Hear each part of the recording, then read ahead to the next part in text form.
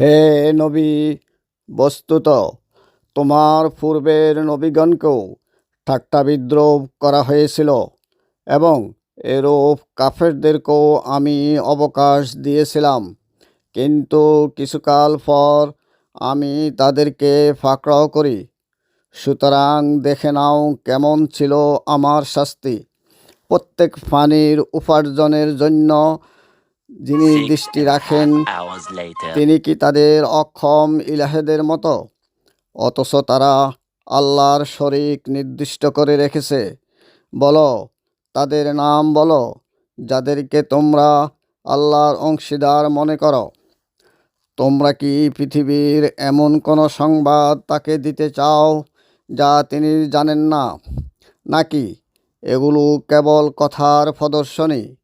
প্রকৃত ব্যাপার হলো, কাফেরদের নিকট তাদের কলাকৌশলকে আকর্ষণীয় করিয়ে দেওয়া হয়েছে আর তাদেরকে সৎ পথ থেকে বিরত রাখা হয়েছে।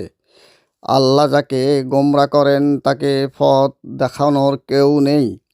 সূরা রাদ ৩২ ও ৩৩ নম্বর আয়াত।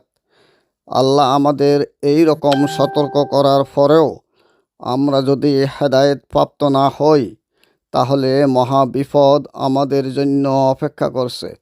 তাই আল্লাহ যেন আমাদের গুমরাহ না করেন, সেই জন্য প্রতিনিয়ত আল্লাহর কাছে ক্ষমা চাইতে হবে এবং অন্য ভাইদের জানার জন্য শেয়ার করতে হবে।